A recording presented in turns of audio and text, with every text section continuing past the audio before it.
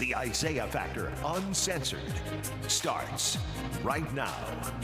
And welcome to The Factor Uncensored tonight. People in Southern California still suffering with the wildfires. It's been burning for 3 days now. Tragically, 5 people have been killed, and they say that number will likely go up. So far, close to 3,000 residents have been ordered to evacuate.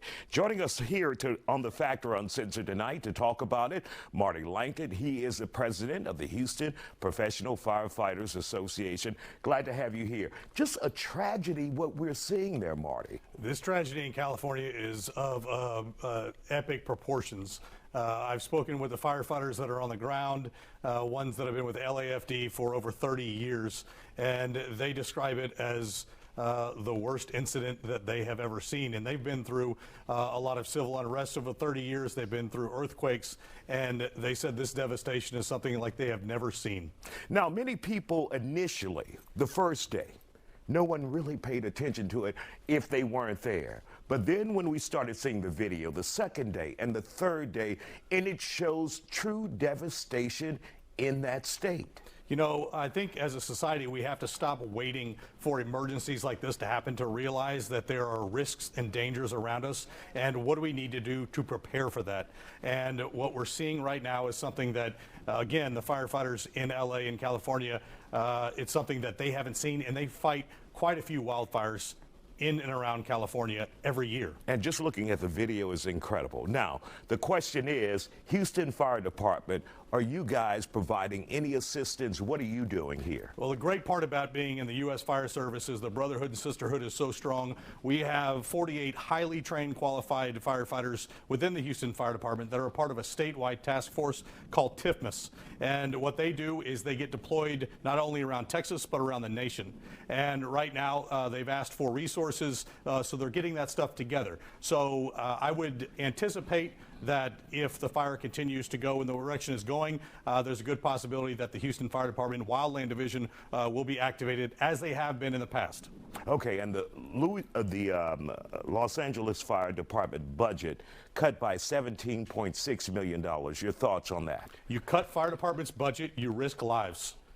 You cut fire department budgets, and you see it could have devastating consequences. We look at it from a public safety perspective. We see sometimes when people talk about police and the amount of money that you need to put into that. When it comes to our job, it is life safety. Seconds, minutes matter. And you can't wait till a disaster like this hits to realize that you don't have the proper resources that could have mitigated this earlier.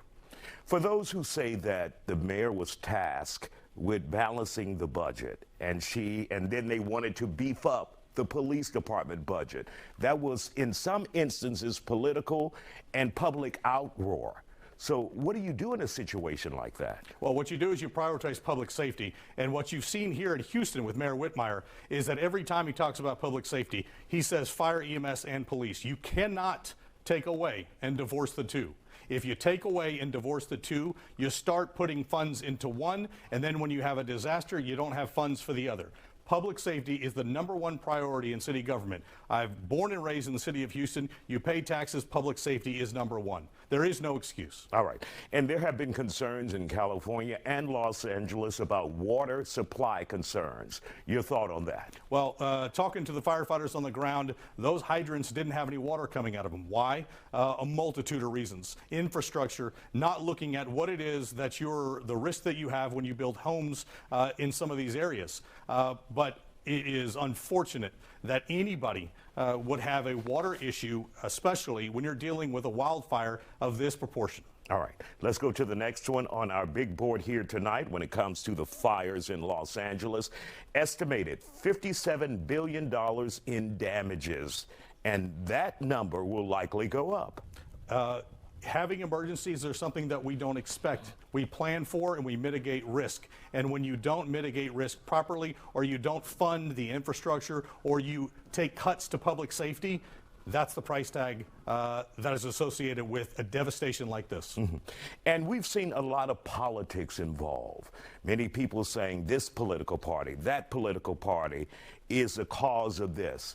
Do you, as a firefighter at heart, boots on the ground, do you even pay attention to any of that? No, I tell people this one thing, Isaiah, and I'm going to say it very clearly because I'm very proud of it. I think in society these days, being polarized on all sides, the U.S. Fire Service, I believe, serves the greatest example and the greatest equalizer in our society. We respond to everybody the same. We don't care who you are. We don't care what party you're in. We don't care if you're rich or poor, black, white, Mexican, Asian, whether you're gay, straight. It does not matter to us. We respond to you on your worst day with the same equipment every single day, no matter who you are. Politics has no place in life safety, has no place in a wildfire raging in California. It doesn't matter whether you're Republican or Democrat. And once again, tell us what Houston's role will be in helping these people fight these fires that's been devastating. One of our Houston firefighters started the Wildland Division. His name is Justin Huddleston. Credit goes to him. He started it from nothing. But what we're a part of is the Texas Task Force. It's called TIFMAS. And what it does is take resources with fire departments around Texas and deploys them as needed based upon the risk and based upon the state that the wildfire is in. And so our guys right now are providing the resources we have available, and we're waiting for the activation. And in the last 30 seconds, how different is a structure fire from a wildfire? Because many people are thinking, well, just put some water on it. Not that easy. No, it's not. In fact, we deal with what's called wildland-urban interface, which is the biggest risk today in areas like California and even in Texas. And what it means is you build a home in an area that didn't have homes before and you have a lot of trees. It creates its own weather patterns and weather systems, and it's a bad day. It's a bad beast to fight. And wildland fires are completely different than your normal structure fires. All right, Marty Lancton from the Houston Professional Firefighters Union, thank you for joining us and for the work you guys are doing to help people out in California. Thank you for your time.